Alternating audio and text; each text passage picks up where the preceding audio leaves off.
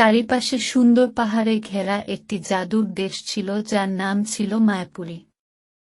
জাদুর রাজ্য মায়াপুরীর একজন মহান জাদুকর রাজা ছিলেন যার নাম ছিল টিমটিম। রাজা টিমটিমের একজন সুন্দরী চঞ্চল মেয়ে ছিল যার নাম ছিল জাফরিন। জাফরিন খুব চঞ্চল প্রকৃতির হওয়ার কারণে তার সব কাজেই ছিল খুব তাড়াহুড়া, তাই সে কোনো জাদুই সঠিকভাবে করতে পারত না। জাফরিন ছিল রাজা টিমটিমের একমাত্র সন্তান। যদি জাফরিন সকল জাদুর সঠিকভাবে শিখতে না পারে, তাহলে তার রাজ্যের পরবর্তী রাজা কে হবে তা নিয়ে রাজার খুব চিন্তায় পড়ে গেলেন। তখন রানী রাজাকে সান্ত্বনা দিয়ে বলল, কঠিন সময় মানুষকে তার নিজের পায়ে দাঁড়াতে শিখায়। একথা শুনে রাজার মাথায় একটি বুদ্ধি আসলো।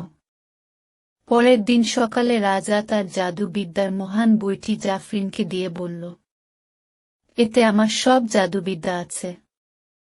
আমি একটি কাজে মায়াবী বনে যাচ্ছি। তুমি আমার মায়াবী গাছের যত্ন নিও। গাছেটা যদি ঠিক না থাকে আমি আর ফিরতে পারবো না।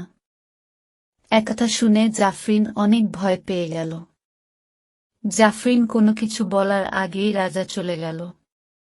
রাজা আসলে জানতে চাইছিল তার অনুপস্থিতিতে তার মেয়ে জাফরিন সকল দায়িত্ব সঠিকভাবে পালন করতে পারে কিনা।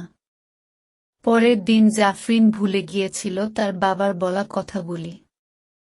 যখন তার মনে পড়ল, সে তাড়াহুড়ো করে জাদুর বই খুলল এবং মায়াবী গাছের যত্নের জন্য জাদু করতে লাগল।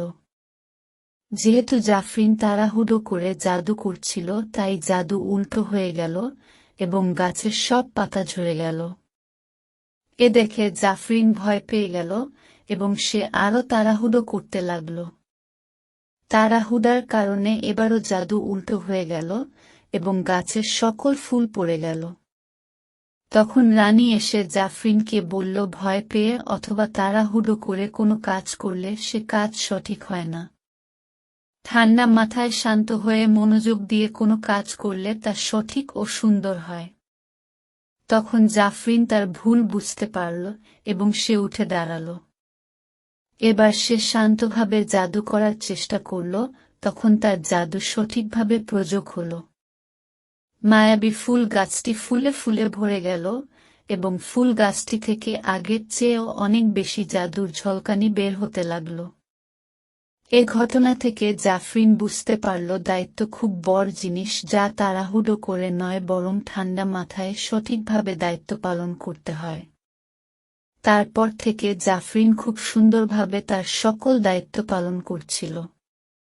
কিছুদিন পরে যখন রাজা রাজ্যে ফিরে এলো, তখন সবকিছু দেখে সে খুবই খুশি হল এবং রাজা এ থেকে এটা নতুন করে শিখতে পারল যে কঠিন সময় সবাইকে সঠিক পথ দেখিয়ে দেয়।